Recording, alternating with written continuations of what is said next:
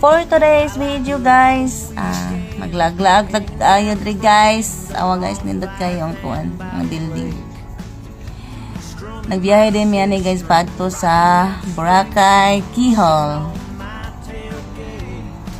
Layo na ba ka na sa among gisdiyan ay. Kaso lang naami murag na imong tour guide ba nga among gisakyan.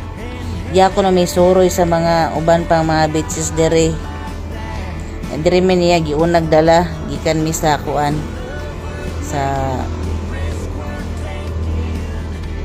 tawag ato nakalimot ko sa ngalan na to. Basta nindot kay dere guys, as in nindot kayo ang mga building, kini nga building ay nindot po gani siya. Yan nindot kay ang dalan. Ako ang dalan niya dako po nga building guys. Green kayong palibot. Yan sa right side po ana guys. Dagan pong building. Dagko. Yan agan kung naadiri ang balay ni Chris Aquino kaso wala na ako na videohan kay walahin naman ni ingon ang driver nga kang Chris Aquino daw tong balay. Nindot kay sa balay nga lain pog style ang balay. Dako kag area. Sa nindot yung balay si Chris Aquino po. Walang gina ko na videoan kaya wako kabalo nga Chris Aquino ko na to. Chris Aquino di itong balay.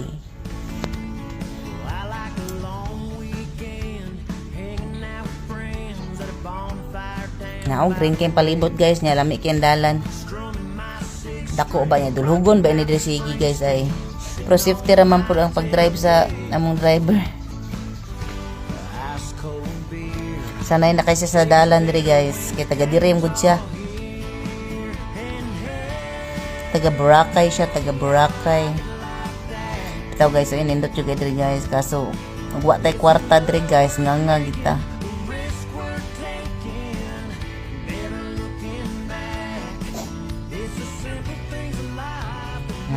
Ayos kayo diri guys oh.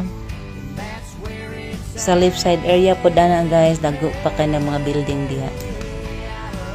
Nga diri man ko naglingkod sa may right side. Wala na ako na videoan. Basta nindot yung diri kwarta ra kulang na to diri guys. Kay mahal po ba kay ang Boracay dili basta-basta ang gastuan. Kung nakakadiri, kung mulaag ka diri di gid basta-basta ang gasto.